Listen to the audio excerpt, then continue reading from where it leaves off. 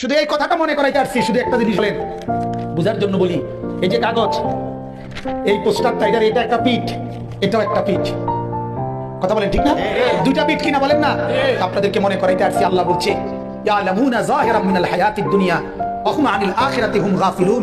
আল্লাহ বলে বান্দা, মাটির উপরের যে পিঠ, মাটির উপরের যে ঘর, মাটির উপরের যে অংশ, এটা তো খুব সাজাইলা, এটা তো খুব বুঝলা, এই পিঠটা তো দারুণ ভাবে লেখা ডিজাইন করে অনেক কিছু দিয়ে সাজাইলা, এই পিঠটা তো একদম খালি।